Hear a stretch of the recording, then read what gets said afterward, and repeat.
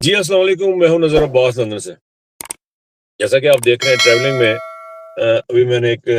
Recording Punjabi کی یہاں پہ باہر بیٹھ کے کی تھی، تو باہر ٹھنڈ بڑی لگی مجھے، تو میں گاڑی میں آ کے بیٹھ گیا ہوں اپنے پراپر ریکارڈنگ کے لیے۔ اچھا جی،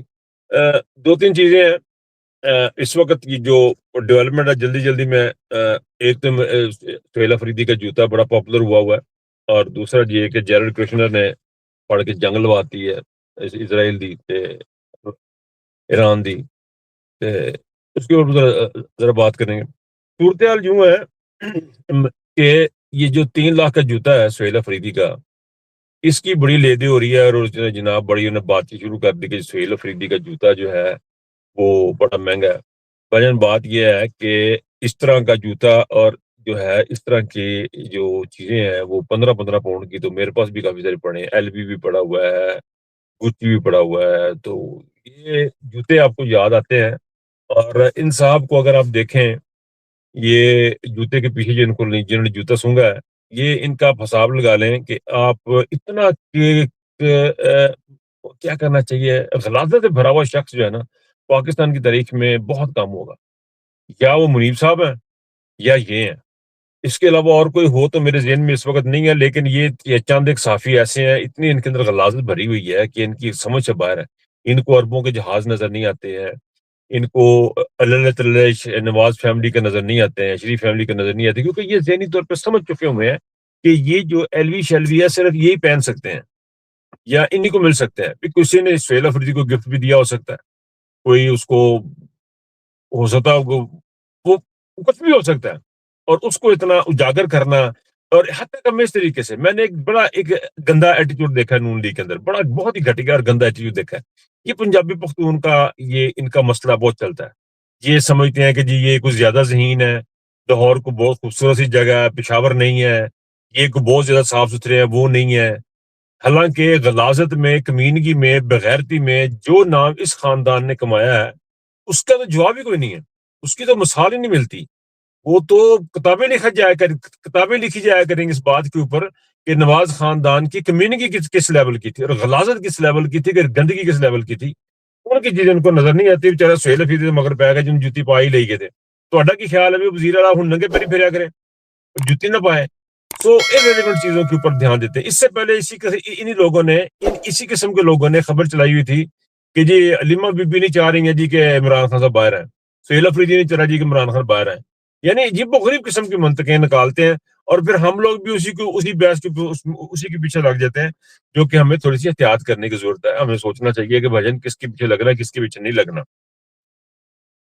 اب خان صاحب کی جو معاملات ہیں زندگی کے، وہ بڑے سیریس ہیں۔ یہ خبروں میں، بڑی خبروں میں، انٹرنیشنل خبروں میں یہ چیزیں چھپتی ہوئی جا رہی ہیں، لیکن میں اس پہ ہم دوبارہ بات کریں گے۔ میں نے فیل کیا کہ عمران خان صاحب کی جو ذات کا مسئلہ ہے، وہ بہت ساری خبریں اتنی ساری آگے آ جاتی ہیں کہ یہ تھوڑا سا پیچھے جاتا ہے، اور یہ چاہتے ہیں، یہی چیز یہ چاہتے ہیں۔ اور ایک چیز بڑی امپورٹنٹ ہے جو صدیق جان نے ابھی تھوڑی دیر پہلے ان کا کلپ دیکھا، اپنے کسی ولاگ میں جو مینشن کی ہے، وہ بڑی امپورٹنٹ ہے۔ انہوں نے کہا جی یہ بات غلط ثابت ہو گئی ہے کہ جی عمران خان کے ٹویٹ آتا ہے تو اس لیے پی ٹی اے میں ظلم ہوتا ہے، ورنہ ظلم نہیں ہوتا۔ ظلم ہونے کی وجہ جو بتائی جا رہی تھی، پی ٹی اے کے ساتھ سختی ظلم کی وجہ جب بتائی جا رہی تھی، وہ یہ تھی کہ عمران خان کا ٹویٹ آتا ہے، اور وہ چیز اب دیکھیں اتنا عرصہ ہو گیا، عمران خان نے کوئی ٹویٹ نہیں کیا، عمران خان نے کوئی بات نہیں کی، عمران خان کو آپ نے چھپا کے رکھا ہوا، کسی ملنے نہیں دیتے، کسی بات نہیں کرنے دیتے، تصویر تک اس کے مطلب کسی بھی قسم کا رابطے اس کے ختم کر دیے ہیں، بلکہ ان کی وائف کے ساتھ بھی رابطے ختم کر دیے ہیں۔ ایسے میں پھر بھی پی ٹی آئی کے ساتھ جو ہو رہا ہے، پی ٹی آئی کی لیڈرشپ کے ساتھ جو ہو رہا ہے، پی ٹی آئی کے لوگوں کے ساتھ جو ہو رہا ہے، اس کا آپ کو کیا جواز ہے آپ کے پاس؟ یہ بڑا سمپل سی کہانی ہے۔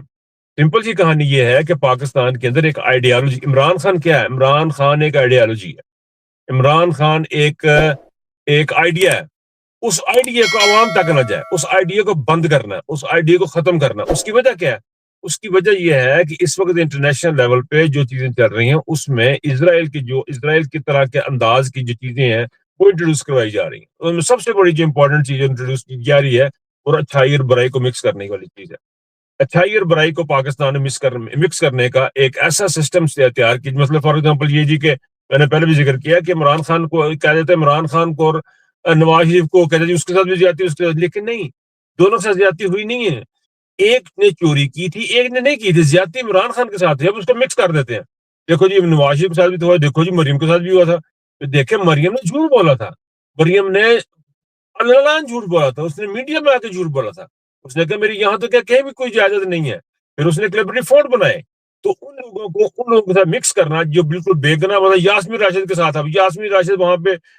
اعلان کر رہی ہیں کہ یہاں پہ اندر کوئی نہ جائے, یہاں پہ فساد نہ کرے, توڑ پھوڑ نہ کرے, لوگ لڑکے باہر آ جائیں. اس کے باوجود, اس ایویڈنس کے ہوتے ہوئے باوجود وہ ابھی تک جیل میں ہے اور کیس بھگت رہی ہیں. یہ ہے اچھائی اور برائی کو مکس کرنا. اب جب اچھائی اور برائی کو مکس کرنے کا جو رواج ہے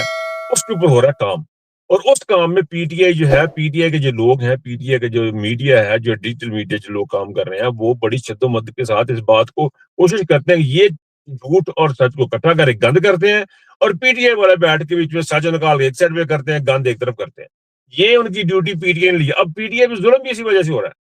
اگر پاکستان تحریک انصاف سر بسجود ہو جائے, اتنا سر جھکا لے جو کہ شہباز شریف نے جھکا دیا اسٹیبلشمنٹ کے آگے, جوتے چاٹتے چاٹتے چاٹتے چاٹتے اس نے اتنے چمکا دیے ہیں, اور جو کام مریم نے شروع کر رہا ہے, یہی چیز چاہتے ہیں کہ ہمارے آگے سر بسجود ہو جائے. یہ ہے وہ وجہ جس کی وجہ سے پی ٹی آئی کو, یہ عمران خان کے ٹویٹ نہیں تھے, عمران خان کے جو میسج آتے وہ نہیں تھے, یہ اس بات کا مسئلہ کہ ان کے وہ ظلم ہو رہے ہیں. مسئلہ صرف پاکستان میں اس وقت یہ ہے کہ سر بسجود ہو جائیں آپ عاصم منیر کے آگے اور ان جرنیلوں کے آگے, جس طرح شہباز شریف, نواز شریف اور مریم جھکے ہوئے ہیں, اور جس طرح وہ کر رہے ہیں طلبے چار. دیکھیں جہاز بھی ڈالو, بڑے سے بڑا جہاز ڈالو سر, جو تھوڑا دل کرتا کھا جاؤ, پاکستان نو رگڑ کے رکھ دو, no problem. All you need to do is السلام علیکم to the general Asim Munir صاحب. لیکن عاصم منیر صاحب کو یہاں پہ وہ اپنا کام کر رہے ہیں, لیکن آپ یقین کریں وہاں سے اسکردو سے اور گلگت بلتستان سے جو نعرے آ رہے ہیں وہ آ رہے ہیں, مرد آباد مرد آباد, عاصم منیر مرد آباد. یہ وہ نعرے ہیں جو سنائی دے رہے ہیں, یہ وہ جو نعرے ہیں جو سڑکوں پہ اس وقت ہیں. گو عاصم گو, لندن کی گلیوں میں بازاروں میں یہ نعرے آپ کو سنائی دیں گے, گو عاصم گو والے. امبیسی کے سامنے یہ نعرے لگتے ہیں. عاصم منیر صاحب کے جو اس وقت حالات ہیں, اور عاصم منیر صاحب کے جو ابو ہیں, ان کی بھی صاحب یہ ہے کہ ان کا بھی اب جو ہے نا کچا چھٹا کھل کے سامنے آ گیا کہ جیرڈ کشنر صاحب ہیں یہ امریکہ میں, ان کے ساتھ ٹرمپ صاحب کے ساتھ انہوں نے کرائی جنگ ساری. یعنی ایک بندے نے, وہ امریکہ کا ایسٹ ہے, اس کے بارے میں کہا جا رہا ہے کہ وہ بندہ جو ہے جیرڈ کشنر جو ہے وہ امریکہ میں اسرائیل کا ایسٹ ہے, اور وہ ان لوگوں نے اس کے ٹرمپ کے کان بھرے اور جناب پیاپ وہ آ کے, کیونکہ یہاں بھی سٹوری, انگلینڈ میں بھی سٹوری ہوئی ہے, امریکہ میں سٹوری ہوئی ہے, اس کے اوپر ڈیٹیل پنجابی میں شہزاد اکبر صاحب بات کر چکے, اس لیے میں یہاں پہ بات نہیں کرنا چاہتا. جس نے کچھ سننا چاہتا ہے تو ہمارا پنجابی کا جو پروگرام اس کو آپ جا کے سنیں, پنجابی کی بیٹھک جیسے اس میں انہوں نے ڈیٹیل بتایا, اینڈ ان کو زیادہ پتا ہے, مینو بہت نہیں پتا اس بارے میں. لیکن میں صرف یہ بات کرنا چاہ رہا ہوں اس موقع پہ, یہاں پہ اپنے بلاگ میں یہاں پہ یہ بات کرنا چاہ رہا ہوں کہ آپ دیکھیں کہ اب امریکہ کہاں پہ کھڑا ہے. امریکہ کا کوئی والی وارث نہیں بننے والا, اور امریکہ اپنے ڈکلائن کی طرف چل پڑا ہوا ہے.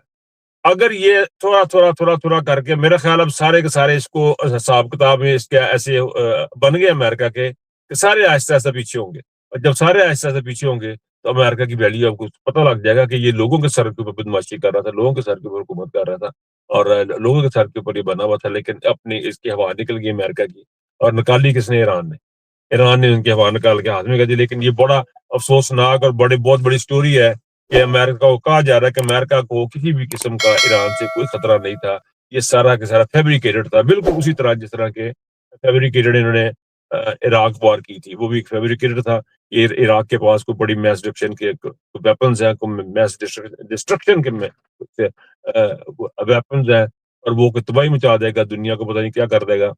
اس وقت یہ باتیں ہوئی تھیں, اور آج بھی انہوں نے یہ کچھ کرا کے, اور انہوں نے بڑا غلط ایسٹیمیٹ کیا ایران کو, ایران کو 2 دن میں ہم ایران جو ہے ایران ختم ہو جائے گا. لیکن ایران کے ساتھ اس وقت پوری دنیا کھڑی ہے, پورا یورپ کھڑا ہے, عوام کھڑے ہیں, لوگ کھڑے ہیں, تمام کے تمام ایران کے ساتھ کھڑے ہیں, ایران کی مظلومیت کو دیکھ رہے ہیں, کیونکہ یہ وہ اسرائیل ہے جس نے ایران پہ حملہ کیا, جس نے بھی تھوڑے عرصے پہلے کی بات ہے, جس نے مسلمانوں کو ملیمیٹ کر دیا, جس نے جینیسائڈ کیا. اس جینیسائڈ میں برطانیہ کا بھی اپنا ہاتھ ہے, اس کے اوپر بھی خبریں آ رہی ہیں. آنے والے دنوں میں اب اس کے اوپر بھی ڈیولپمنٹ دیکھیں گے.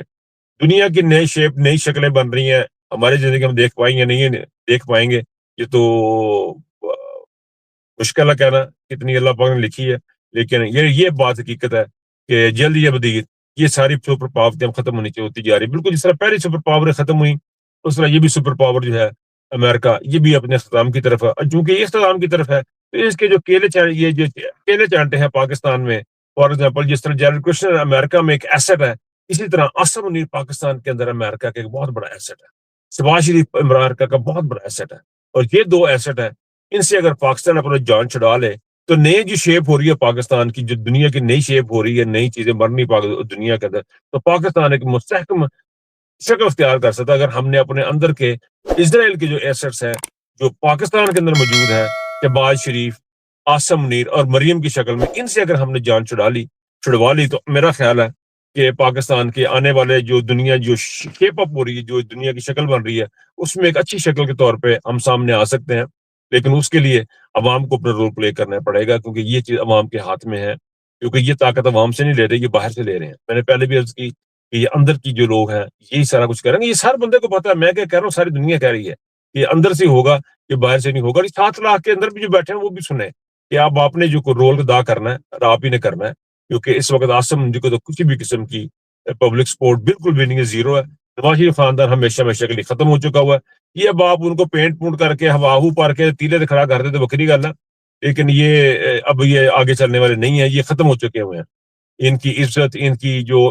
قدر ہے جو لوگوں کی نظروں میں ہے، وہ بالکل زیرو ہوگی ہوئی ہے۔ یہ آرٹیفیشل طریقہ ہے، اس کے آرٹیفیشل طریقے سے اور محبتوں کے ساتھ جو بھرا ہوا شخص ہے، اس کو اب لگتا ہے کہ پپا بندے سلاسل کیا جیل کے اندر ڈال رہا ہے، آپ کو لگ رہا ہے کہ وہ جیل میں پڑا ہے، وہ تو پتہ نہیں کو ماڑی شخصیت ہے، لیکن اللہ جانتا ہے اس کے کتنے رتبے ہیں۔ یہ ایران میں لوگ شہید ہو رہے ہیں نا، ان کے بڑے بلند درجات ہیں، یہ اپنے مقام پہ پہنچ گئے ہوئے ہیں۔ آپ کو لگ رہا ہے تو وہ مر گیا، مر نہیں گیا سر، وہ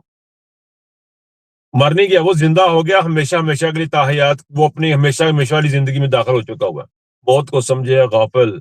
اختتام زندگی، یہ تو شام زندگی ہے، صبح دوام زندگی، یہ زندگی کا ایک اور دور شروع ہوتا ہے شہادت کے سجے لے کے، اور